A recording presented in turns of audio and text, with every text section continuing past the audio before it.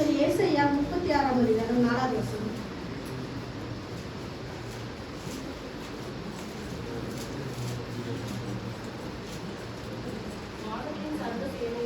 36:4. அவனை நோக்கி, அசிரியா ராஜாவாகிய மகாராஜாவானவர் உரைக்கிறதும் நீங்கள் எசேக்கியா ராஜாவுக்கு சொல்ல வேண்டியதும் என்னவென்றால், நீ நம்பி இருக்கிற இந்த நம்பிக்கை என்ன? ஜெபிக்கலாம். அன்பு நல்ல ராஜா தகப்பனே, நாளைக்காக நன்றி சொல்லுங்க ராஜா. அப்பா தகப்பனே, இந்த வேதத்தை நாங்கள் வாசிக்கிற சொல்லி கேட்கும்போது இந்த தகப்பனே நீங்கள் மறைத்து அந்த என்ன மறைத்து நீங்கள் வெளிப்படுங்க சொல்லிக்கிறீங்க. அந்த மாதிரி அப்பா தகப்பனே இந்த செய்தி கேட்கும் புரியும் தேவன் அந்த அப்பா அந்த இது கூட நடக்கும் தேவன் கிருபை செய்ய ஜெபிக்கணும். இந்த செய்தியை தேவன் ஆசீர்வதித்து வந்த இடத்துல காத்துக்கொள்ளுங்க அப்பா. இயேசு நாமத்தை ஜெபிக்கிறோம். ஆமென். இது ஒரு சரித்திர சம்பவம்.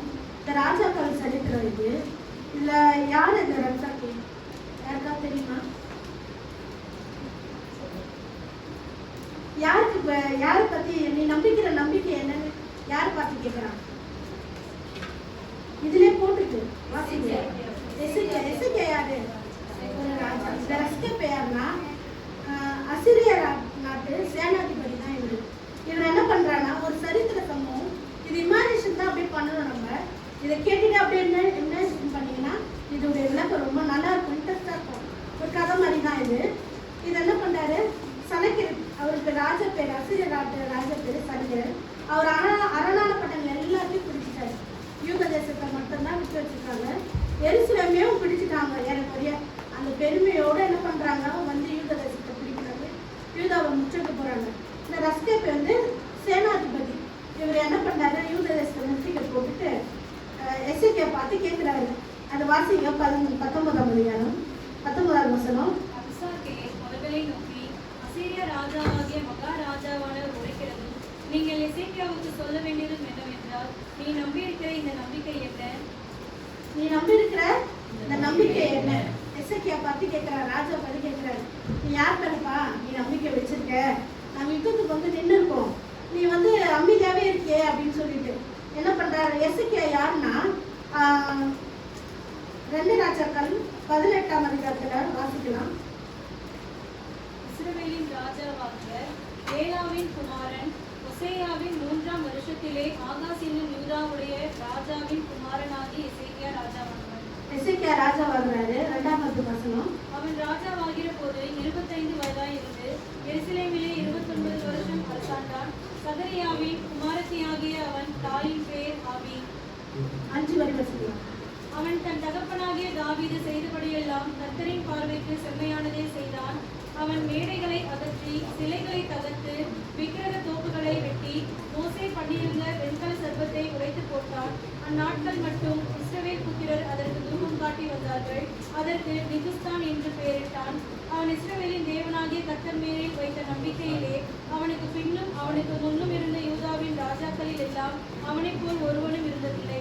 5வது வசனத்தை பார்த்தோம்னா அவர் இஸ்ரவேல் தேவனாகிய கர்த்தர் மேல வைத்த நம்பிக்கையில பின்னும் அவனுக்கு முன்னும் அவனும் யூத ராஜாக்களை ஒருவருமே இல்லையா.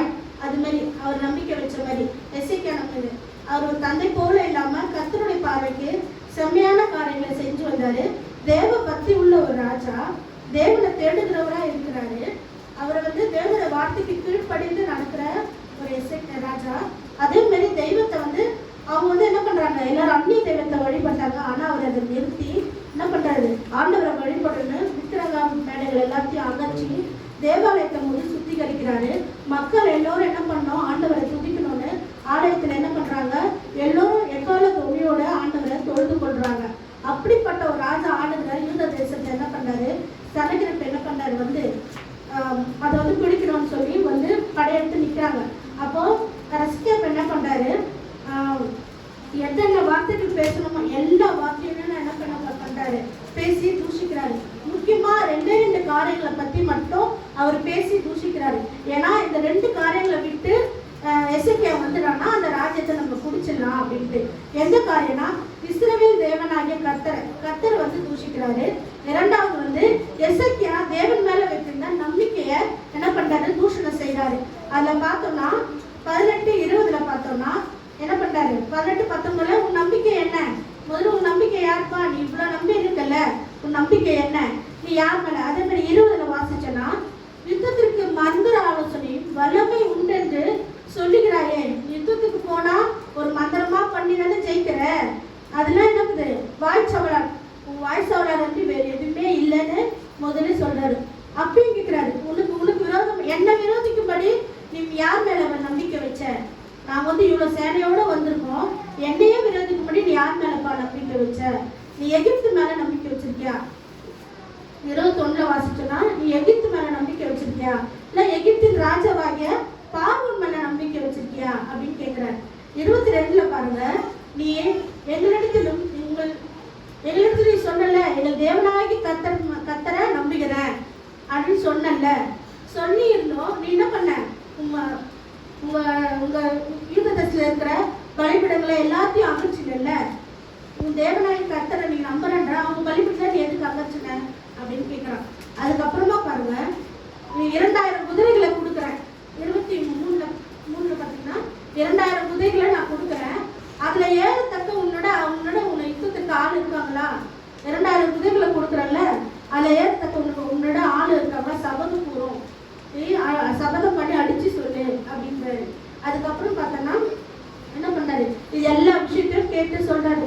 சொல்லிட்டு மக்கள் இடத்துலையும் பேசுறாங்க. தப்பே சேனாதிபதி, உங்களை வந்து எசேக்கியா என்ன பண்ணுங்க, வஞ்சிக்காதபடி 29 பார்த்தோன்னா 18-29 எசேக்கியா உங்களை வஞ்சிக்காதபடி பாருங்க, அவன் உங்களை என் கையில ஒப்பு கொடுத்தாரு.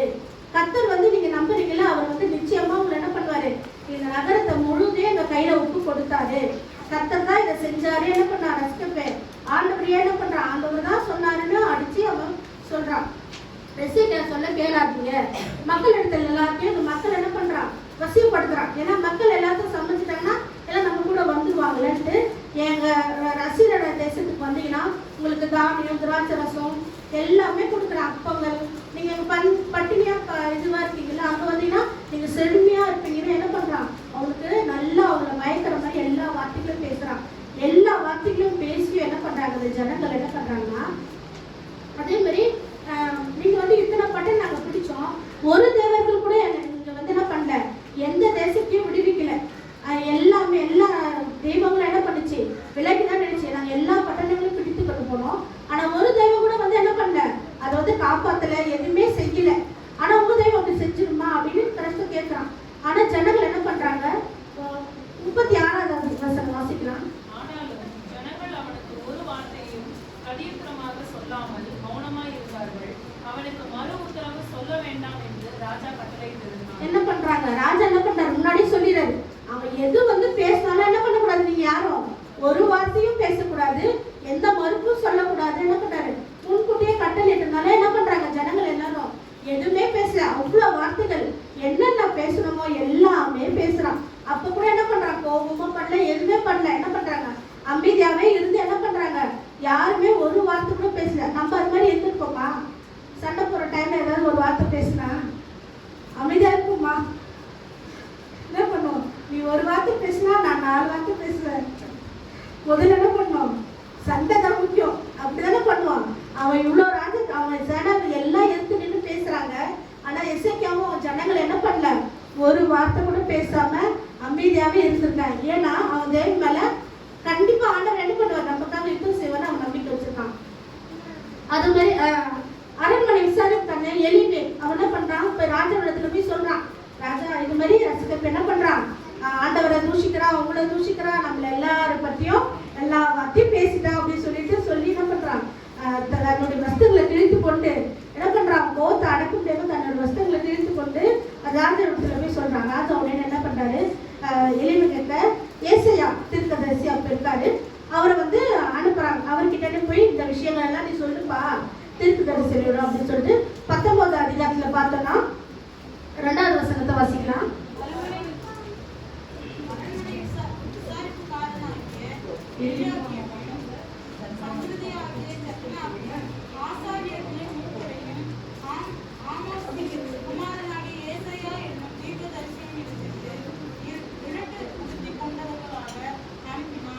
அவங்க என்ன பண்றாரு? ரெட்டுடுத்தி கொண்டு அனுப்புறாரு.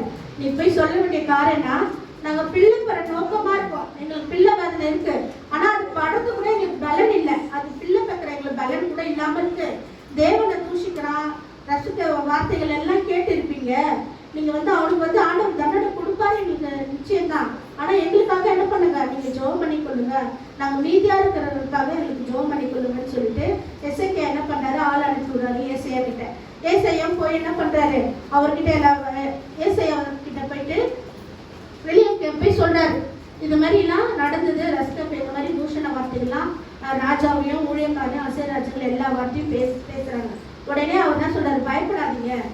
என்ன சொல்றாரு, முதல் வார்த்தை பயப்படாதீங்க, பயப்படாதீங்க அப்படின்னு சொல்லிட்டு என்ன பண்றாரு, நான் அவன் சொன்னதெல்லாம் கேட்டேன், அவன் இந்த செய்தி எல்லாத்தையும் கேட்டேன். 19:7 வாசிக்கலாம். பின்பு ஏசாயா, அத்திப்பழத்து அடையை கொண்டு வாருங்கள் என்றான். அதை அவர் 2 ராஜாக்கள் 19:7.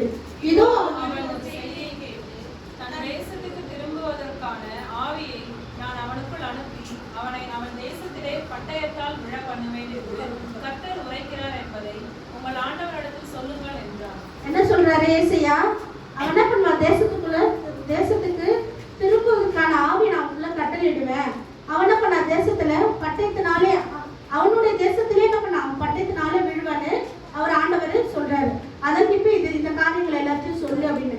உடனே எசேக்கியா என்ன பண்றாரு, ஆண்டவர் கையில ஒப்பு கொடுத்து என்ன பண்றாரு, அவரும் தேவாலயத்துல போய் ஜெபம் பண்றாரு, விண்ணப்பங்கள் எல்லாத்தையும் ஏறெடுக்கிறாரு ஆண்டவர் கிட்ட. அப்ப என்ன பண்றாரு, அப்போ மீதியாளருக்காக நான் கண்டிப்பா ஜெபிக்கிறேன், அவனுக்கு ஒரு அடையாளம் இருக்கும். 2 ராஜாக்கள் 19:30 வாசனம். யூத வம்சத்தாரில் தப்பி மீது இருக்கிறவர்கள் மறுபடியும் கீழே வேர் பற்றி மேலே கனி கொடுப்பார்கள். என்ன பண்ணுவாங்க, நீங்க மீது இருக்கிறவங்க எல்லாருமே என்ன பண்ணீங்க, நீங்க ஆண்டவர் உங்களுக்கு தப்புவான வாக்கு கொடுத்துட்டாரு, அதுல நீங்க என்ன பண்ண, கீழே வேர் பற்றி மேலே நீங்க கனி கொடுப்பீங்க. எருசலேமில் மீதியா இருக்கிறவர்கள் எருசலேமிலும் தப்பினவர்கள் சீயோன் மலையிலும் இருந்து புறப்படுவார்கள்.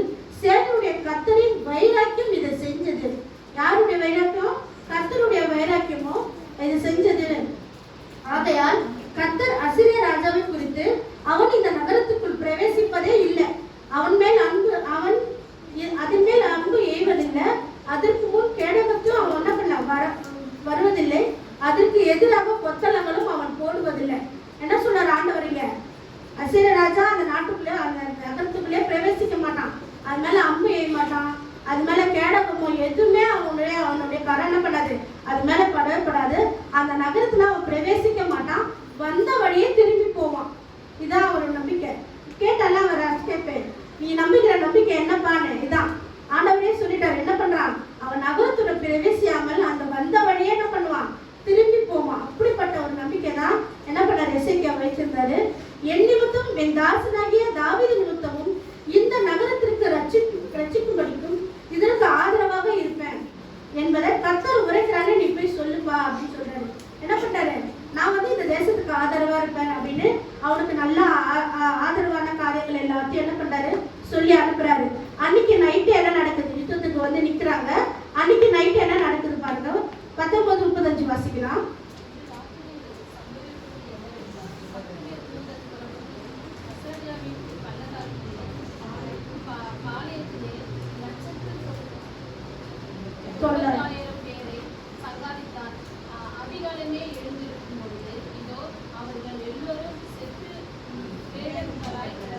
பாருங்க என்ன பண்றாரு ஆண்டவரே, ஒரு தூதன் அனுப்பி 1,90,000 பேரை என்ன பண்றாரு, சங்காரிக்கிறாரு.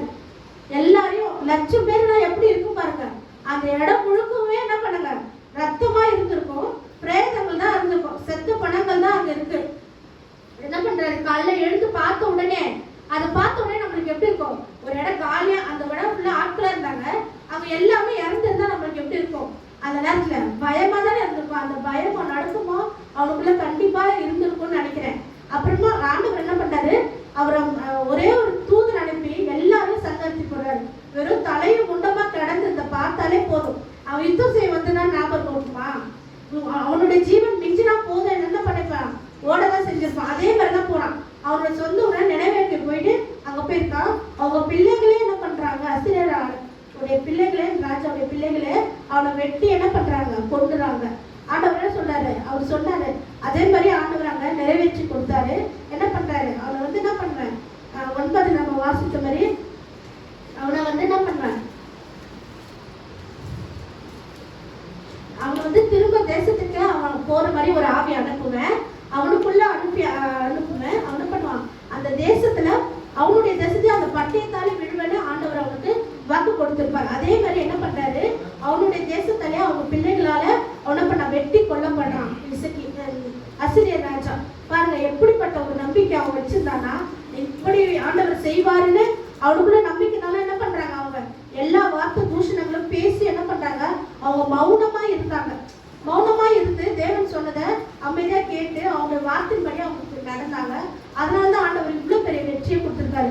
நம்ம வந்து அவன் வந்து தேவன் மேல நம்பிக்கை வச்சிருக்கான். நம்ம யார் மேல நம்பிக்கை வச்சிருக்கோம், நம்மளுடைய நம்பிக்கை எப்படி இருக்கு, நம்ம நம்பி இருக்கிறோம். பிள்ளைகளை நம்பலாம், கணவரை நம்பலாம் அப்படின்னு சொல்லி நம்ம நம்பிக்கை இருக்கா? யார் மேல இருக்கு? மனைவியை நம்பலாம், தோழை நம்பலாம், தோழியை நம்பலாம். நம்ம நம்பிக்கை அவங்க மேல முழுமையா இருக்கா நமக்கு தெரியுமா? முழுமையா வச்சிருக்கோமா? சந்தேகம் தான் பண்ணுவோம்ல. ஒரு ஆள் மேல ஒரு நம்பிக்கை ஒரு வார்த்தை சொல்லிட்டேன்னா, ஐயோ இது நம்ம சொல்லிட்டோம், அவங்க போய் வெளியாக்கிட்ட சொல்லுவாங்களா சொல்ல மாட்டாங்க. ஆனா என்ன பண்ணோம், ஒரு சின்ன சந்தேகமான நம்ம பட்டிருப்போம்ல. ஆனா அப்படி இல்லை. அதுல ஆண்டவர் அவனுக்கு எசேக்கியாவுக்கு ஒரு சாட்சி சொல்லுங்கள். அவனை கர்த்தர் மேல வச்ச நம்பிக்கையில ராஜாக்கள் அவர் முன்ன போல இல்லையா, ஒரு பின்னாடியும் பின்ன போலவும் இல்லையா அப்படின்னு ஆண்டவரே அந்த வார்த்தையை சொல்லி என்ன பண்ணாங்க, அவருக்கு ஒரு சாட்சியை பெற்றுக்காரு. அந்த மாதிரி ஒரு நம்பிக்கை தான் என்ன பண்ண நம்ம ஆண்டவர் மேல வைக்கணும். ஒரு பொழுதும் அந்த அவர் மேல அந்த நம்பிக்கையை நம்ம விட்டு விடவே கூடாது. அதை நம்ம இருக்குமா நம்ம அவரை நம்பி பிடிக்கும் போதுதான் நம்மளுக்கு காலையில தேவன் அவர் வாய்க்கு செய்வார். நம்ம வந்து அதுக்காக நம்ம ஒரு பொழுதும் என்ன பண்ணக்கூடாது. இத்தனை நாள் நம்ம ஜெபிச்சுட்டு வரோம், இத்தனை நாள் எல்லா காரியங்களும் ஆண்டவருக்கு ஊழியம் செய்யறோம், சபைக்கு போறோம், எல்லா காரியங்களும் செய்யறோம். ஆனா நம்மளுக்கு இந்த காரியங்கள் வாய்க்கலன்னு ஒரு பொழுதும் தளர்ந்தே போவாதீங்க. கண்டிப்பா ஆண்டவர் என்ன பண்ணுவாரு, காரியங்களை நம்மளுக்கு வாய்க்கு செய்வார். எப்போ தெரியுமா, நம்ம அவர் மேல வைத்த நம்பிக்கையை நம்ம உறுதியா தரிக்கும் பொழுதுதான் அந்த காரியங்களை நம்ம வாய்க்கு செய்வார். நம்மளுக்காக அவர் வந்து யுத்தம் பண்ணிக்கிறவங்க தான் இருக்கிறாரு. ஜெபிச்சுட்டான் செஞ்சுக்கலாம் அப்புறம் செய்யல அப்படின்னு சொல்லிக்கிற தேவன் நம்மளுக்கு இல்லை. அவர் ஜீவனுள்ள தேவன். எப்பயுமே ஒரு பொழுதும் அவர் மாறாதவரா இருக்கிறார். கொடுத்த வாக்குல அவரை நிறைவேற்றவரா இருக்கிறாரு. அதனாலதான் எசேக்கியா என்ன பண்றான், அவர் மேல வச்ச நம்பிக்கையை முழுமையா நம்பினாதான் ஆண்டவர் இவ்வளவு பெரிய எல்லா ராஜ்யங்களும் பிடிச்சிருப்பா சரியா. ஆனா அந்த யூத தேசத்தை என்ன பண்ண முடியல, அவனால பிடிக்கவும் முடியல, அவங்க வந்து தொடவும் முடியல, எந்த ஒரு இதுவுமே அவனால செய்ய முடியல. எந்தனா அவன் வந்து ஆண்டவர் மேல வைத்த நம்பிக்கையினாலதான் கண்டிப்பா என் தேசத்தை ஆண்டவர் தப்பிப்பான்னு எசேக்கியா நம்பியிருப்பான். அதே மாதிரி எப்பதான் யுத்தமோ நடந்து முடிஞ்சிருக்கும், மறுநாள் அதுக்கு 20ல வாசிச்சுக்கலாம். 2 ராஜாக்கள் 20:1 வாசிக்கலாம். நாட்களில் எசேக்கியா வியாதிப்பட்டு மரணத்துக்கு ஏதுவாய் இருந்தான். அப்பொழுது ஆமோசின் குமாரனாகிய ஏசாயா என்னும் தீர்க்கதரிசி அவனிடத்தில் வந்து அவரை நோக்கி, நீர் உமது வீட்டு காரியத்தை ஒழுங்குபடுத்தும், நீர் பிழைக்க மாட்டீர், மரித்து போவீர்கள் என்று சொல்லுகிறார் என்றார். கர்த்தர் சொல்லுகிறார் என்றார். என்ன சொல்றான் ஏசாயா வந்து மரணத்துக்கு எதுவா என்ன பண்றான், வியாதிப்பட்டு போற எசேக்கியா. ஒரு யுத்தத்துல செத்துருந்தா கூட ராஜா யுத்தத்துல செத்தான் பெருமையா பேசலாம். வியாதியில போய் இறந்துட்டா என்ன சொல்லுவாங்க, ஐயோ ராஜா வியாதிப்பட்டு ரொம்ப நொந்து நூலாகி இறந்துட்டான். அப்புறம் என்ன சொல்லுவாங்க, அவங்க தேவன் மேல வைத்த நம்பிக்கை எப்படி இருக்கு பாரு, எல்லாரும் பேச ஆரம்பிச்சுருவாங்க. அதனால நான் தெரியல. அதுக்கப்புறமா வாசிங்க.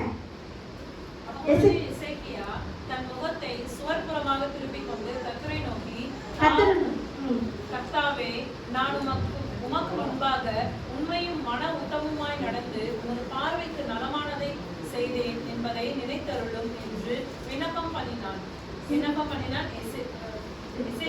மிகவும் அழுதான். என்ன பண்றா, சோறுபுறமா திரும்பி ஏசாயா தீர்க்கதரிசியும் சொல்லிட்டாரு, நான் அதான் வீட்டுக்காரங்களாம் ஒழுங்குபடுத்திக்க, எல்லாத்தையும் சீர்படுத்திக்கோ. என்ன பண்ற, ஆண்டவரே சொல்லிட்டாரு, நீ என்ன பண்ண, பிழைக்க மாட்டேன், மரித்து போவன்னு ஆண்டவரே இந்த வாக்கை கொடுத்துட்டாரு. அதனால என்ன பண்ண, வீட்டுக்காரங்க ஒழுங்குபடுத்தி வச்சுக்கப்பாரு. உடனே எசேக்கியா என்ன பண்றாரு, சோறுபுறமா திரும்பி அழுகுறாரு. ஒரே ஒரு இதுதான் பண்ணியிருப்பாரு. நம்மளா என்ன பண்ணிருப்போம், உடம்பி தீர்த்திருப்போம். ஆண்டவரை காது கூடிட்டு இருப்பாரு, ஐயோ போதுப்பா, உன்னை நான் எப்படியாவது ஜீவனை காப்பாத்திடுறேன், நீ விட்டுருப்பான்னு சொல்லியிருப்பாரு. ஆனா ஒரு 2 தான், உமக்கு என்ன பண்ண, நான் உண்மையும்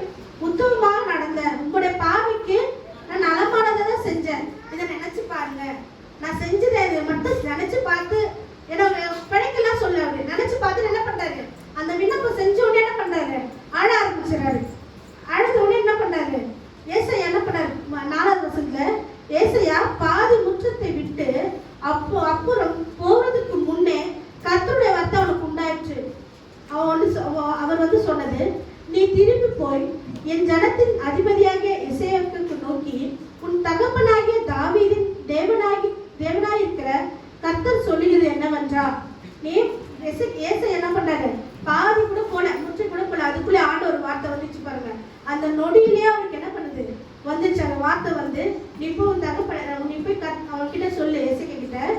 கர்த்தர் சொல்லுகிறது என்னன்றா, உன் விண்ணப்பத்தை கேட்டேன், உன் கண்ணீரை கண்டேன், இதோ உன்னை குணமாக்கினேன். என்ன சொல்றாரு? விண்ணப்பத்தை கேட்டேன்ப்பா, உன் கண்ணீரே நான் பார்த்தேன்ப்பா, உன்னை என்ன பண்றேன், குணமாக்கிறேன்னு சொல்லிடுறாரு.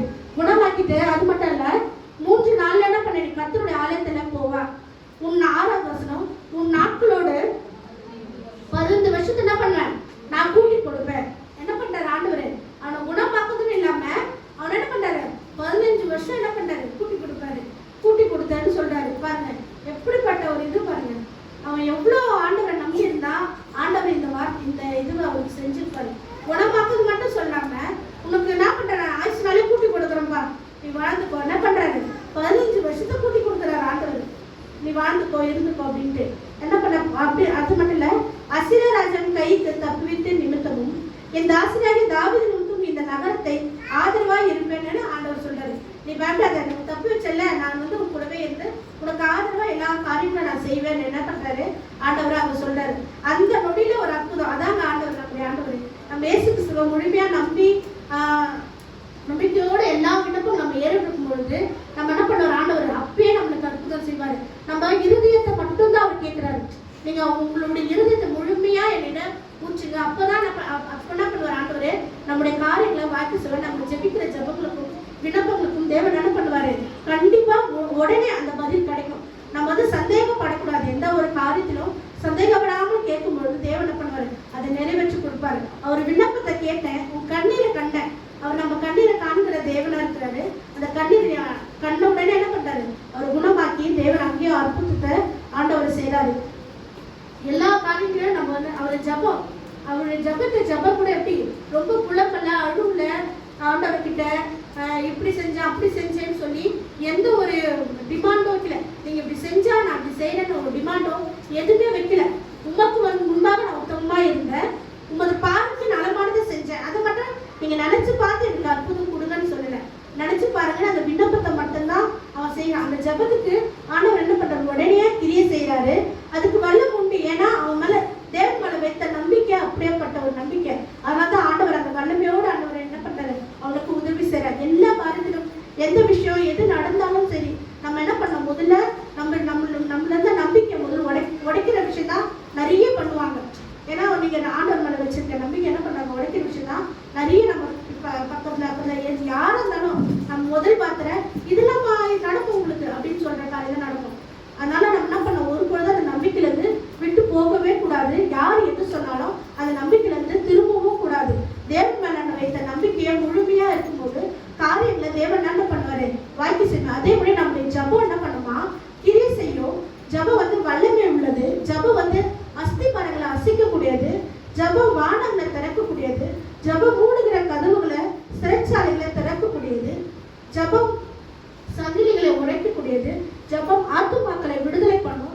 ஜபம் ரட்சிப்பு கொண்டு வரும். ஜபம் சுகத்தை தரும். ஜபம் புதிய வாசலை திறக்கும்.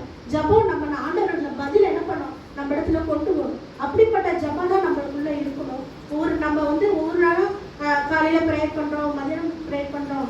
அது மாதிரி நம்ம சும்மா ஜபம் பண்ணாம அந்த ஒரு 5 நிமிஷம் ஜபம் கூட உண்மையா ஆண்டவருக்கு முழு மனதோட முழு உள்ளத்தோட நம்ம ஜபிக்கும் பொழுது எல்லா காரியங்களும் தேவன் நம்மளுக்கு என்ன பண்ணுவாரு, வாய்ப்பு சொல்றாரு. அவர்கிட்ட கலங்காதீங்க, புலம்பாதீங்க, இப்படி செஞ்சுட்டாரு அப்படி நடத்திட்டாங்க அப்படின்ட்டு அந்த புலம்புதை விட்டுட்டு ஆண்டவரத்துல விண்ணப்பத்தை வைக்கும்போது இது மாதிரி அமைதியா இருந்து நம்மளுக்கு வந்து நம்ம ஆண்டவர் செய்த நன்மைகளை சொல்லி அவருக்கு நன்றி சொல்லி நம்ம சொல்லும் பொழுது ஆண்டவர் என்ன பண்ணுவாரு, காரியங்களை நம்மளுக்கு வாய்ப்பு செய்வார். சந்தோஷமா இருக்கு. ஆண்டவர்கள் எப்பயுமே மற்றவங்க பார்க்குற மாதிரி அமைதியாகவும் ரொம்ப ஆண்டவர் நம்மளுக்கு எதுவும் செய்யலன்னு அந்த ஒரு இதோடு இருக்காங்க. அவர் செய்த நன்றிகளை நினைத்து சந்தோஷமா கலங்காம நம்ம எப்பவுமே இருக்கணும். தேவனை முக்கியமா பின்வாங்கி போயிடாது ஒரு நாளுமே. அவர் நம்ம ஒரு காரியங்களை செய்யலன்னு சொல்லி அவரை விட்டு பின்வாங்கி போகவே கூடாது. அந்த காரியம் நமக்கு எப்படியான எந்த நேரத்திலையும் நம்மளுக்கு செய்வான்னு தேவனுக்கு தெரியும். அதனால என்ன பண்ணுங்க, பின்வாங்கி போகாம அவருக்குள்ள உறுதியா இருக்கும்போது அவர் என்ன பண்ணுவாரு, கண்டிப்பா நம்மளுக்கு வந்து அந்த காரியங்களை வாய்க்கு சொல்லுவார். அவரு நானே தேவனை அமர்ந்திருந்து நானே தேவன் என்று அறிந்து கொள்ளுங்கள். அவங்க என்ன பண்ணாங்க, அவ்வளோ பேர் பேசுற பிறக்கும் அவங்க எதுவுமே ஜனங்கள் பேசாம அமைதியா இருந்து எப்படி அவங்க காரியங்களை இது பண்ணாங்க. அதனால நம்மளுக்காக ஆண்டவர் நீங்க மௌனமா இருங்க, நான் உங்களுக்காக யுத்தம் செய்யறேன்னு சொல்லுவார். அதே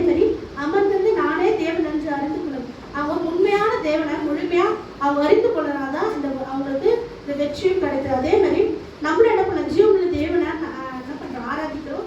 அதனால நம்ம ஜீவனுள்ள தேவனை நம்பி விசுவாசத்துடன் ஜெபித்து நம்ம காரியங்களை வாய்ப்பு செய்யணும். அப்படி தேவன் நம்பி நம்ம வாழ்க்கையில